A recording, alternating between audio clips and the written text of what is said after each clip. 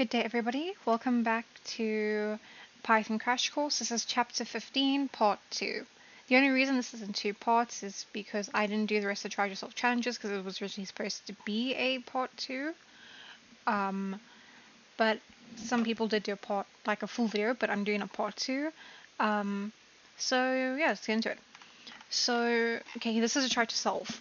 First, I want to show you a challenge we did yesterday that I forgot to show in the video. I don't think I showed it. Anyway, the challenge was to make a type of bar graph, pie chart, or histogram or whatever. We went with a pie chart. So it's myself and my team. We're called Stack Overflowed, like Stack Overflow, the website, but we're just Stack Overflowed. So here you can see we have our data for the pie chart. So our labels is Python, JavaScript, HTML, and CSS.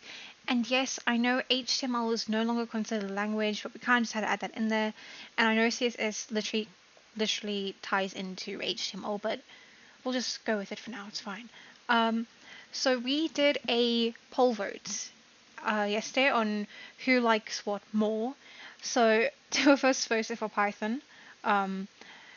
Someone voted for JavaScript, and then one voted for HTML and the other one voted for CSS. And then here is creating our pie charts. So basically we're taking our, this is an array, our arrays, and adding our arrays instead equal to everything for it to show up as a pie chart. Start angle isn't necessary, but it starts, I think this makes it alphabetical, really. So let me pull it up here. Yeah, so start angle makes it alphabetical. So it starts at a certain angle. So it will start with CSS, HTML, JavaScript, and then Python. As you can see here, it's correct. And yeah, so we just titled it favorite programming languages, and that was it. I think it's pretty cool. Obviously you can change the colors of this. This is just what's it called? This is just the basic, so it's the defaults. Moving on. Our other challenge today was a histogram. So this is the first histogram. Basically it was supposed to be like the most random data capture or anything. So my group team, we decided on streaming services. So we went with Netflix, Amazon Prime, Disney Plus, HBO Max, Apple TV, Paramount, Showmax, Crunchyroll, and YouTube Premium. So this is real data as well. I did some research on it, gathered the info, and then we put it into this. So this is all in the millions, by the way. And then we also just wanted to actually personalize it. So we were supposed to give it some color, make it visually appealing and beautiful. But for the bar graphs themselves, like the actual bars in the histogram, we wanted to personalize those with company colors. So, okay, we don't exactly have the black, but the main color of every company really. So Netflix, you'll see it as red. Amazon Prime is like light blue. Disney is like a dark, deep blue. HBO is like purple. Okay, to be honest, I don't know what Apple TV looks like, but apparently it's gray. Then you've got Paramount Plus, Showmax, Crunchyroll, and YouTube Premium. So here everything is just getting set up. So we're setting the plot sizes, the subplot sizes, so like the figure sizes. So yeah, and then we have our histogram bins. Then the plot bars with the transparent colors. So this is generating the gradient image for each bar. So basically what that's doing is just making a gradient of the colors, so it fades into one another. This is just making it 1D, so it actually shows when we've got our overlay for the gradient image onto the bar. This is just so the whole background isn't just one color and it actually shows up. Then we've obviously got our labels. So here this is making the font size, the weight, which is bold, and then the color, and then obviously the pad size. And then this is set in the millions, obviously. So these are all the labels, and this is just setting the font sizes, the bold or italic kind of stuff. yeah, so your typical histogram stuff. So let us go ahead and open this up. Okay, wrong one, but it's fine. Histogram.py, that should be right. And here, as you can see, this is our histogram. So here we have streaming services popularity. I did get a code. Like I made a code for these to change color as well. I wanted them to correspond obviously with the company colors, but something kept overriding. So this code was being overridden by that, but this would only appear in black and you couldn't really see it, so we had to take that out. But yeah, this is, as you can see, all in the millions. Streaming services, everything, all good. So it's like really cool. And David did say that companies would appreciate like personalized stuff, so that was a bonus. And then I wanted to make well, I call this histogram E because the E stands for experiments. That's in this folder.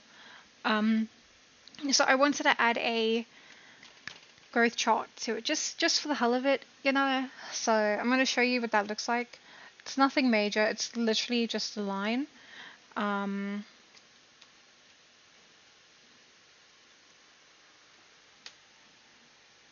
Yeah, so here we have our growth trend. So it obviously dips here because many people don't really use like HBO Max, Apple TV, Paramount, Showmax, Crunchyroll.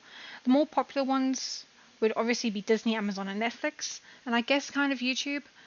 But I just wanted to add this further because I thought it was cool. So there's that. And then there is the try it yourself. So let's get into this. Let me just find the starting point. Okay, here. So let me just pull this up. So for 15.6, we had to create a simulation showing what happens when you roll two 8-sided dice 1,000 times. So we're trying to picture what we think the visualization will look like before you run the simulation, and see if your intuition was correct. Gradually increase the number of rolls. So this is another chart basically. So let us do this as well. So we'll just do this. I know this is called something else now. I can't really use that. Try it yourself. This is just the previous ones from yesterday's video. Okay, here's the first one. So this just appeared in a bar graph, as you can see there. The second challenge, 15.7, when we roll three 6-sided dice, the smallest number you can roll is 3, and the largest number is 18. So we're creating visualization for that. Let me open this one out, clear that. Here we go. That's what this looks like. Probability, basically. And then here's our multiplication one for 15.8. So when we roll the dice, usually add two numbers together to get the result, creates a visualization. I think I did this one, I'm not too sure. Yes, I did. Here we go. So that's just multiplication. Very, very fun. And then I didn't do this one. I went straight to 15.10, practicing with both libraries. So it's try using matplotlib to make a dice rolling visualization, and use Plotly to make the visualization for a random walk. So this one wasn't very fun, but we did it. Oh, sorry, here's the other one. It opens up in browser. So this is the visualization basically of rolling dice. So if you were to roll the dice, this is the trajectory of where it could land and stuff. And then let me just show you the code. So this is 15.6. As you can see, simple, easy. You're just doing the number of rolls function, variable, sorry. And you're going to simulate the rolls. You're just going to equal the results. You're going to plot your histogram, do the labels.